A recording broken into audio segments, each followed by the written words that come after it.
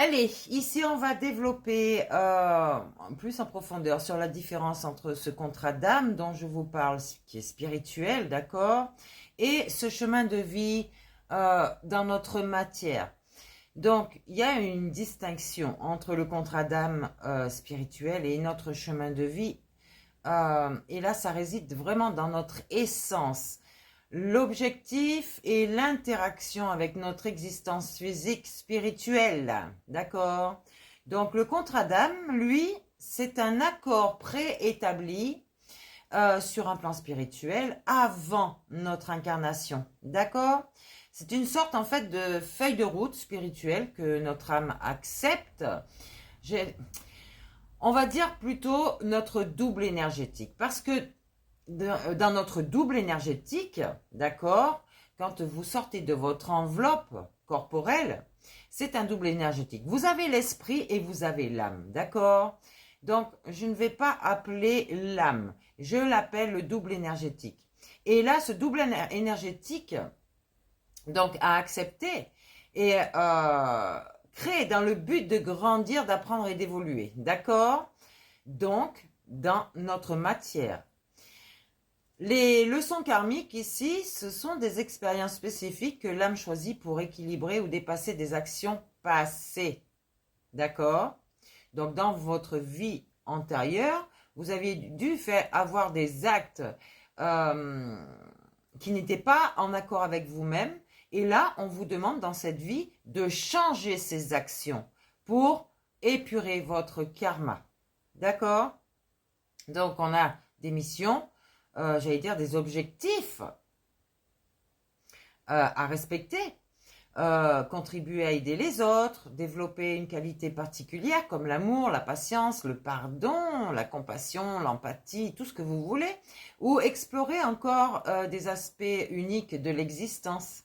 On a des relations clés au fil de nos heures qui passent, n'est-ce pas? Des âmes, j'allais dire, avec lesquelles nous avons un lien profond, appelées parfois âmes sœurs ou flammes jumelles, qui jouent un rôle dans ce contrat, d'accord? Et ce contrat est souvent fluide, bien que certains éléments soient préprogrammés, le libre arbitre et les choix que nous faisons au cours de notre vie physique permettent de redéfinir et d'ajuster ce contrat.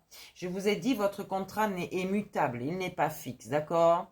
On vous demande là de venir casser ces schémas que vous répétez sans arrêt, de vie en vie, et aussi que vos ancêtres ont répété aussi à leur tour, de vie en vie. Donc, si vous voulez protéger votre futur et vos générations futures, il va falloir casser tout ça. Donc, le chemin de vie, lui, dans notre matière, concerne notre existence dans le monde physique, d'accord? J'ai bien dit dans la matière. Donc, influencé par notre incarnation, bien sûr, notre double énergétique venu s'incarner dans notre corps, et bien dans cette matière tangible, mais on vous dit qu'il reflète vos propres choix, vos défis et les opportunités qui se présentent dans notre existence terrestre. Merci, merci, merci. Donc, on a cette influence de l'environnement, notre lieu de naissance, notre culture, la société dans laquelle nous vivons et les éléments aussi extérieurs qui façonnent notre voyage. Donc, comme je vous ai dit, vous avez toujours le libre arbitre. Contrairement au contrat d'âme qui est plus spirituel, le chemin de vie est fortement influencé par les décisions que nous prenons au quotidien. Donc, votre chemin de vie, il est peut-être différent de votre contrat d'âme. Vous avez peut-être évolué et changé des choses dans vos aspirations spirituelles qui ont fait que votre chemin de vie a changé totalement aussi. D'accord ? Donc, on a cette manifestation des aspirations spirituelles.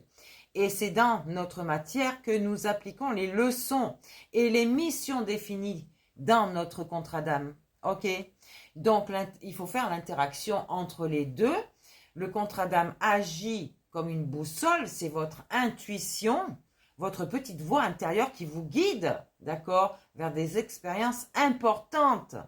Et que votre mental, avec vos peurs et du coup vos blessures, parce que votre ego est blessé, et lui, il ne veut pas que vous y allez parce qu'il a peur.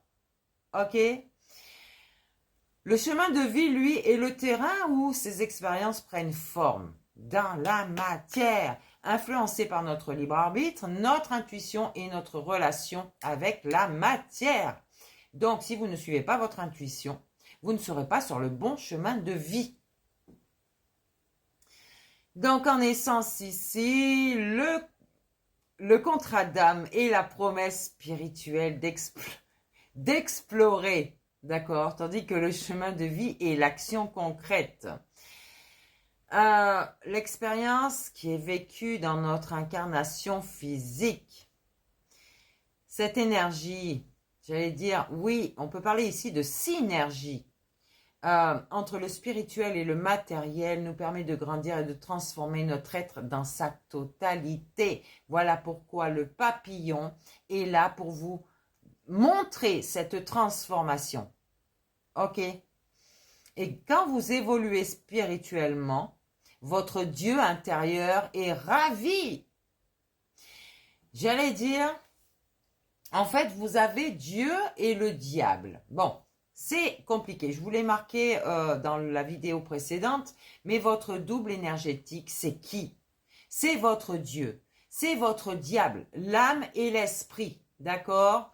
Mais j'allais dire, c'est aussi la lumière et l'ombre. C'est aussi le soleil et la lune, d'accord? Tout ce que vous avez dans votre matière est à l'intérieur de vous. Dieu que vous percevez à l'extérieur, il est à l'intérieur de vous. Ok pour les religieux là? Voilà ce que je pouvais vous dire sur les contrats d'âme et le chemin de vie. Si vous voulez en savoir plus sur tout ce qui est contrat d'âme, d'âme sœur ou contrat d'âme jumelle ou de flamme jumelle, allez voir dans mes vidéos précédentes. Je l'ai fait à plusieurs reprises. Ok? Sachez bien différencier une âme sœur d'une flamme jumelle, d'une âme jumelle. Vous avez deux âmes jumelles. La flamme jumelle, c'est quoi? C'est l'union de ces deux âmes jumelles qui se rassemblent. Et ici, vous allez mettre le feu. Ok? C'est ça la flamme jumelle. La flamme jumelle, c'est pas une seule personne. C'est l'union de ces deux âmes jumelles. Ok? Parce que dès l'incarnation, vous étiez avec votre flamme jumelle réunie. Vous vous êtes détachés, une dans un corps, l'autre dans un autre corps. Et c'est cette autre âme jumelle qu'il faut retrouver pour faire un. C'est votre pièce manquante. Il vous manque toujours quelque chose parce que vous percevez l'autre. Tous ses ressentis, ses émotions, tout vous le ressentez. Et lui, vis-à-vis de vous, pareil. Et il y aura toujours ce manque. La flamme jumelle, c'est votre amour-propre. Vous êtes vous-même une personne complète, d'accord? Un être complet. Mais dans la matière, vous avez cette âme jumelle. Et souvent, qui est perdue, qui est une âme perdue. Et c'est à vous de la sauver, j'allais dire. De lui permettre d'évoluer. Ça veut dire que quand vous allez travailler sur vous, elle va se mettre à travailler sur lui ou sur elle. Et quand vous allez lâcher prise un moment, lui va travailler et vous allez ressentir son travail en fait. Et lui va passer par plein d'émotions. Et c'est tout ça que vous allez prendre sur vous. Parce que vous allez ressentir. Bref, allez chercher cette vidéo sur l'âme sœur, la flamme jumelle. Ok, c'est très important pour vous aussi de savoir. Et arrêtez d'écouter les autres.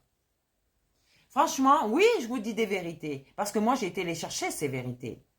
Que les gens, non, il y a des gens qui n'ont pas été chercher des vérités, c'est pas possible. Qui ont suivi l'église, qui ont suivi, ces dogmes, d'accord? Il y a, j'allais dire, on parle de dogmes. Ah, ça aussi, allez voir mes vidéos. Allez-y.